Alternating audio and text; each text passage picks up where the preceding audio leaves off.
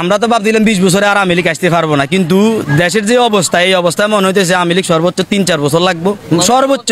আমরাও ভাবছিলাম 30 বছরে আওয়ামী লীগ আসতে পারবো না, কিন্তু আওয়ামী লীগের আমলে যে খারাপই গুলো হয়েছে এখন আরো 3 গুণ হইতেছে। দিন শেষে সবাই আওয়ামী লীগের টাকা খাইতেছে, সবাই বক্তব্যে বলতেছে আওয়ামী লীগের কাছে থাকতে পারবো না, কিন্তু রাত্রে কিন্তু বান্ডিল খাইতেছে, ভাই আসি ভাইয়ের হাত আছে, সব জায়গায় হচ্ছে। আপনি বলেন কার দুর্নীতি আপনি দেখেন নাই? আওয়ামী লীগ সরকারের পিএস 16 বছরে 400 কোটি টাকার মালিক হয়েছে, আসিফ মাহমুদ নাইতে 6 মাসে তারা 300-400 কোটি টাকার মালিক হয়ে যায়। তাহলে দুর্নীতি আগে বেশি হয়েছে না এখন বেশি হয়েছে? সময় পার্থক্য। কিন্তু তারা 16 বছরে 400 কোটি টাকার মালিক হয়, তারা 7 মাসে 300 কোটি টাকার মালিক। 5 আগস্টের আগে দেখলাম যে লুঙ্গি পিনছে, তারা এখন হুন্ডা নিয়ে ঘুরে। এটা পাইছে কই? অনেক লোকে গ্রামে গঞ্জে, আপনারাও জানেন, কিন্তু এখন আমি তো আপনাদের শো দেখাইতে পারতেছি না। সবাই জানে গ্রামে গঞ্জে এখন যারা খুঁজা খাইছে তারা এখন একজন নেতা, তারা এইভাবে হাত তুলে দেয়। আপনার স্বাধীন দেশে মানুষের রোডে মারে কিভাবে, পাথর নিক্ষেপ করে মারে ফেলায় কিভাবে? ও তলে তলে সবাই ভাবি, অন্যের ভাব দেখলে এক পাল্লা বাড়াই মাফি। এটা হচ্ছে আমাদের মূল সমস্যা ভাই। উপরের দিকে তুতু মারলে নিজের গায়ে পড়ে, এটা আমরা ভাবি না। আমরা মনে করি আমি এখন সবকিছু, এই যে হত্যাটা হয়েছে দায়ভারটা এখন ডক্টর ইউনূসের কাঁধে সবাই দিয়ে দিবে। কেন দিচ্ছে? প্রশাসন কার? ডক্টর ইউনূসের। ডক্টর ইউনূসে কেন নির্দেশ দিছে? এদেরকে বাঁচানোর জন্য। তো হাসিনাও তো একই কাজ করেছে, সেম কাজটা হাসিনা করেছে না? তার নিজের ক্ষমতা রক্ষার্থে সে স্বাভাবিক অনুমতি দিতে পারে। তো হাসিনার যে দোষ,